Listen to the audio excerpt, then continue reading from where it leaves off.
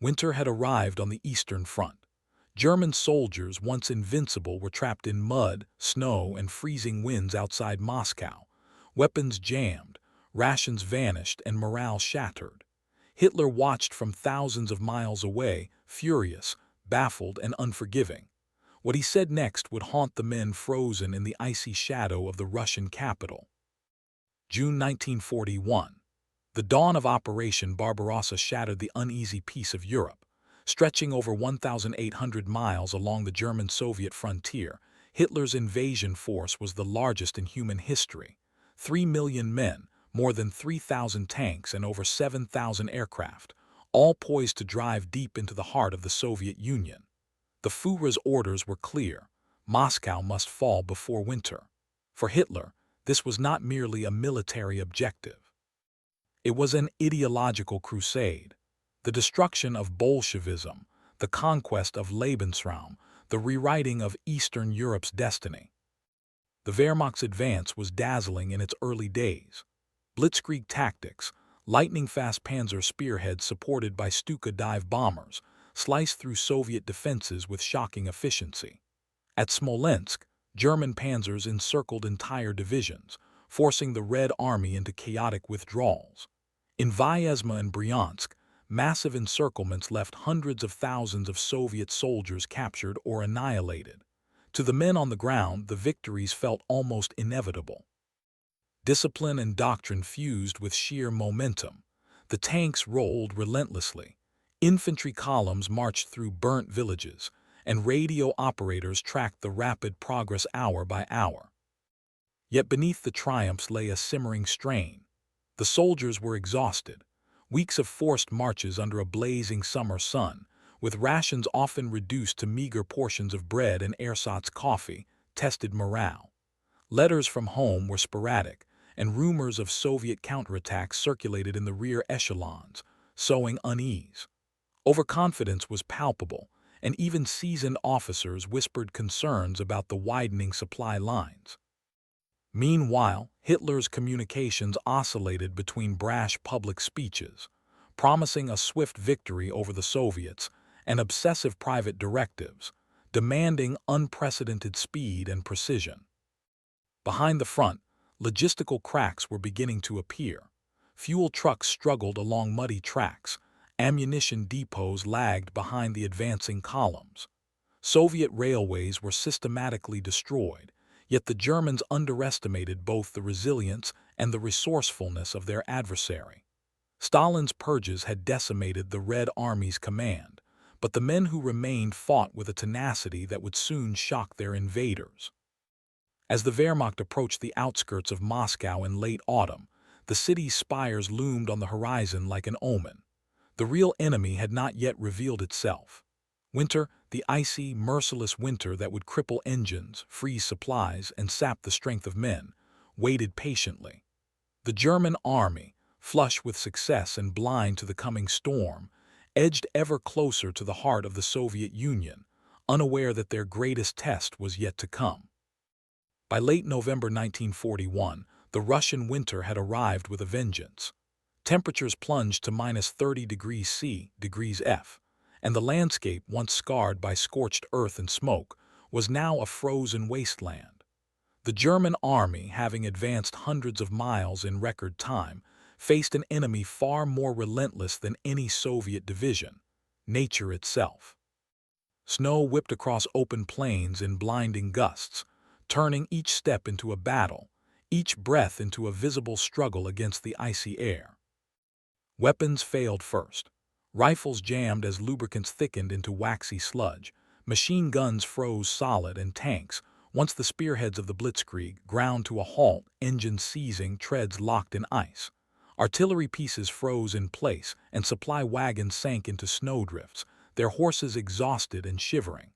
Soldiers' boots, often thin and inadequate for Russian conditions, offered little protection. Frostbite claimed fingers and toes before the day's march was done. Groans and shouts echoed across the frozen terrain as men dug foxholes with frozen hands, huddling together for warmth, their bodies trembling from exhaustion and cold. An officer of the Ninth Army, recording the ordeal in his journal, captured the grim reality. Men crawling on hands and knees through deep snow to conserve energy, eyes bloodshot, faces swollen, fingers blackened. "We advance," he wrote, "but we are not soldiers today. We are prey in a white wilderness, crawling like insects across a frozen plain."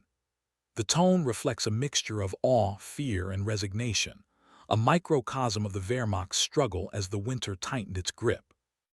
Hitler's directives, broadcast from his headquarters in East Prussia and Berlin, bore little relation to the frontline catastrophe.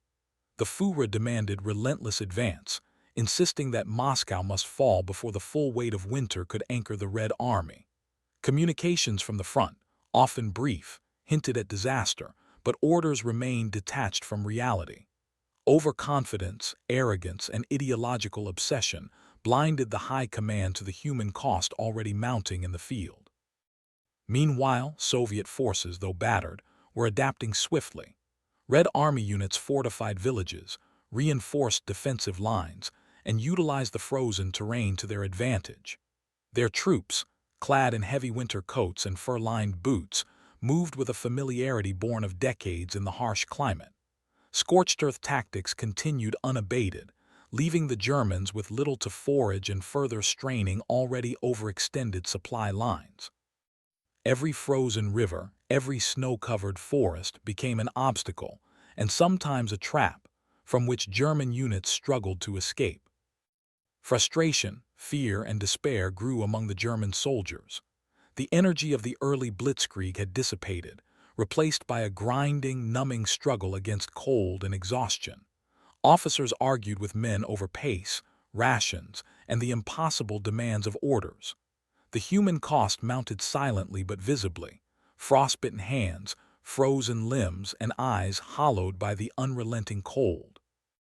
As the Wehrmacht pressed on toward Moscow, the gap between the lofty ambitions of Hitler and the endurance of his men widened, leaving an army trapped not only by winter, but by the stark limits of human survival. By December 1941, the front outside Moscow had become a tableau of human suffering.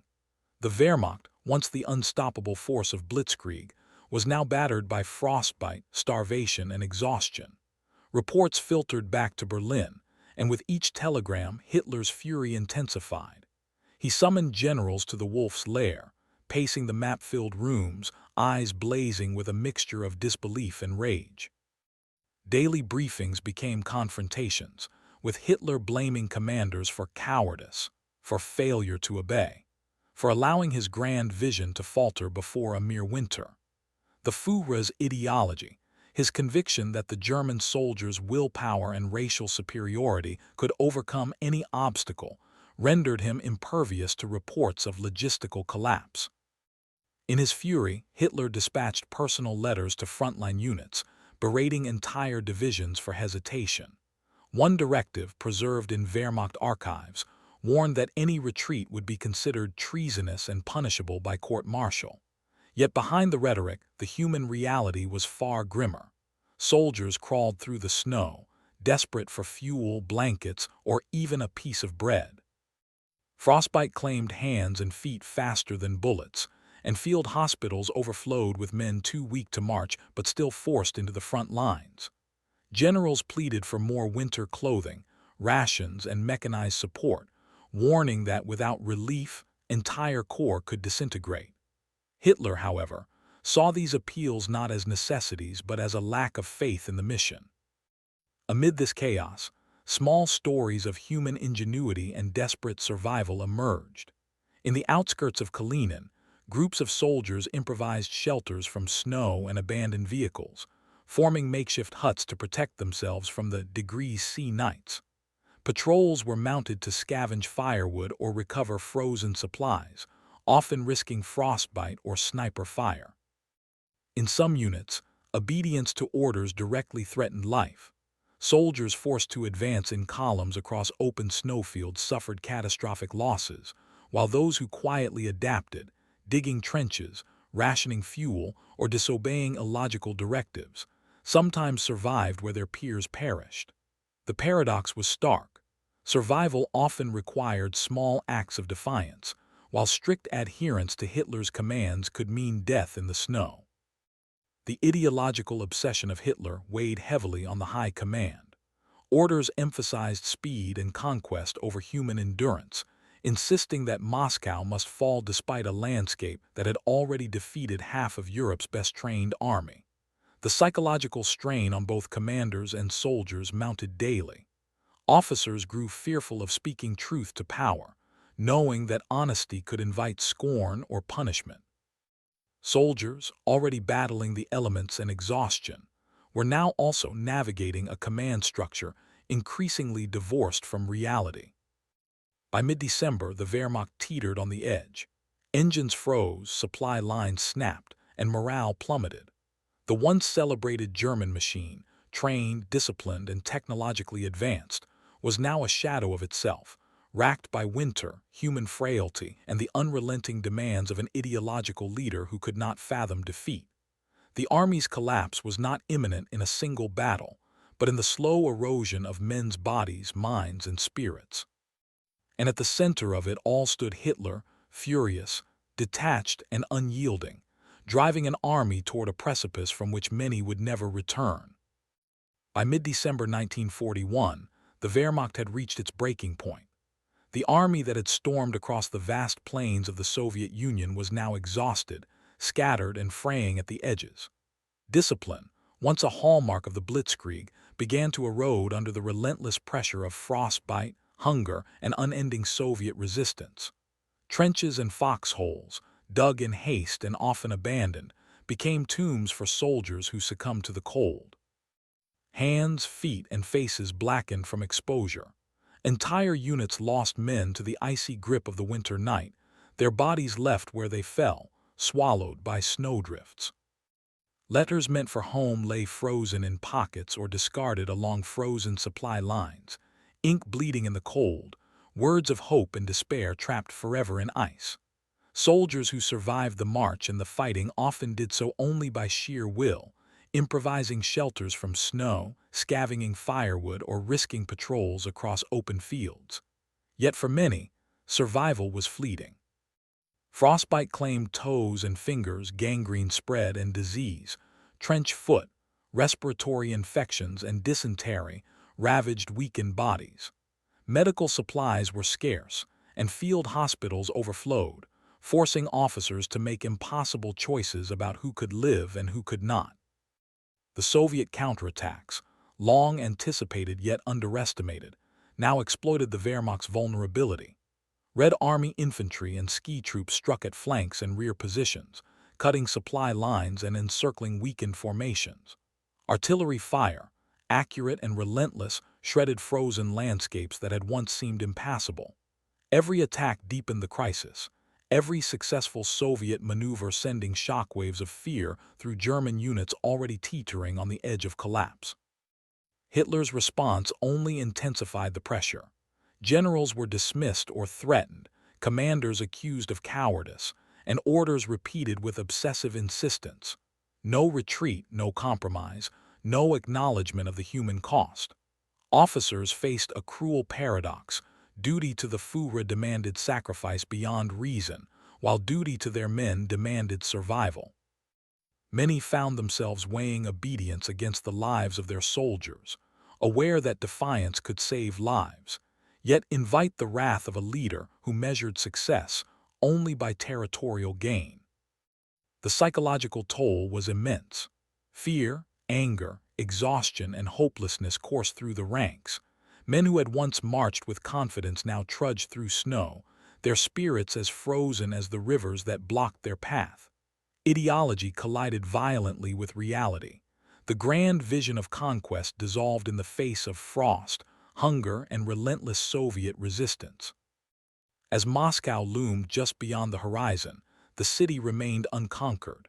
The German army, fractured and bleeding, clung to survival in a frozen landscape that neither ideology nor orders could bend. Winter deepened, supplies dwindled, and the line between life and death became a matter of inches in the snow. The stage was set for a dramatic reversal, a counterstroke that would transform the tide of the Eastern Front and marked the beginning of the Wehrmacht's long, grueling retreat.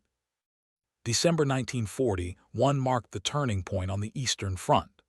The Soviet counteroffensive, long anticipated yet underestimated by the Wehrmacht, erupted with devastating precision. Freshly reinforced Red Army units, equipped with winter gear, artillery, and thousands of newly mobilized conscripts, struck at the flanks of exhausted German formations. Encirclements that once brought glory to the Blitzkrieg now trapped frozen divisions, cutting them off from already strained supply lines. The German army, battered by frostbite, starvation, and relentless Soviet attacks, retreated in chaos. Losses were staggering. Tens of thousands of soldiers perished, not only in combat but from exposure, disease, and exhaustion. Entire units dissolved in the snow, leaving behind abandoned equipment, frozen corpses, and torn banners fluttering in the winter wind. Officers who had survived the fighting faced impossible choices: which men could be evacuated, which supplies could be salvaged, and which positions were too costly to hold. In some sectors, soldiers clawed their way back to German lines, faces blackened by frostbite, clothing reduced to rags, carrying the weight of both comrades and despair. Yet amid the suffering, small acts of heroism shone: medics braving artillery fire to rescue the wounded, sergeants shielding men from freezing to death, and exhausted soldiers sharing the last scraps of food to save their fellow soldiers. Hitler's reaction remained a mixture of rage and denial. Reports of the retreat, the losses, and the freezing of entire corps reached him in the Wolf's Lair, but he refused to acknowledge that whether overextension or miscalculated strategy were to blame. Instead, generals were vilified for weakness, for cowardice, for failing to live up to the invincible myth of the Wehrmacht. His fury, recorded in dispatches and diaries of the High Command, underscored an obsession with ideology over human reality. Strategically, the consequences were profound. Moscow remained unconquered. The German offensive stalled completely, transforming what had been a lightning campaign into a grinding war of attrition. Morale across the Eastern Front collapsed. Soldiers who had once believed themselves invincible now faced the bitter truth of human limits, the relentlessness of nature, and the resilience of the Soviet defense. The winter had exposed the fragile balance between ideology, technology, and human endurance. The retreat from Moscow left scars far beyond the battlefield.